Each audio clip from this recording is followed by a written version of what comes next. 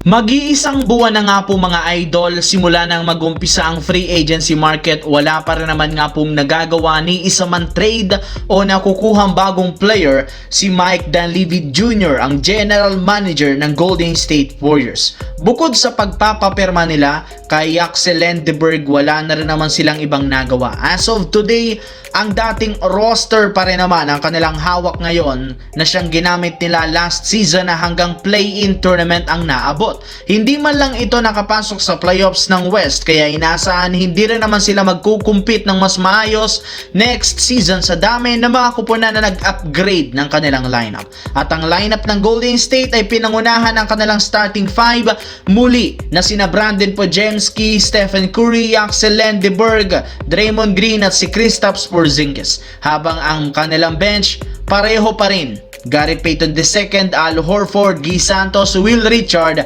DeAnthony Melton, LJ Cryer at si Charles Bassey. Though kasama pa rin sa roster si Jimmy Butler at Moses Moody, hindi rin naman sila makakapaglaro next season sa pagkakaroon ng injury na isang malaking dago sa kanilang kampanya.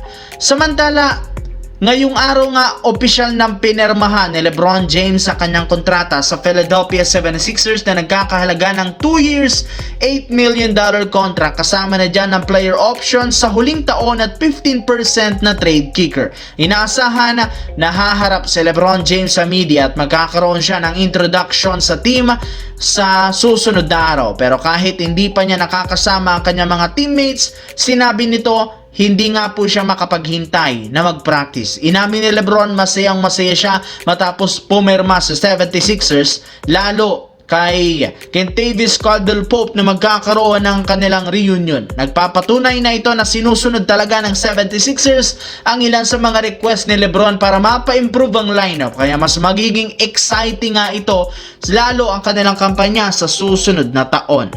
Sa kabilang banda, ilang linggo mula nang i-postpone ng Cleveland Cavaliers ang lahat ng transaksyon dahil sa paghihintay sa desisyon ni LeBron James, finally pinagpatuloy na rin naman nila ito at ikinontinue na matapos lamang silang mabigo sa pagkuha sa kanya. In fact, opisyal na nga nilang pinapirma ang EuroLeague star na si Mario Hezonja sa isang 1-year deal, $2.8 million contract. Para nga sa inyong kalaman, ito ay isang 31 years old, 6'8" wingman na nag-average sa EuroLeague ng 15 points a game. Naglaro na rin naman ito sa Orlando Magic, New York Knicks at Portland Trail Blazers. Bukod sa kanya, may isa pang bagong move ang Cavaliers. Ito ang pagkuha kay Jonathan Kuminga sa isang sign and trade deal sa Atlanta Hawks. Ayon sa huling inilabas na balita, ang Cavaliers ang may pinakamataas na tsansang makuha si Kuminga ngayong off-season sa pagkakaroon nila ng 49%, mas mataas kumpara sa Los Angeles Lakers na meron lamang hawak na 46% para makuha siya.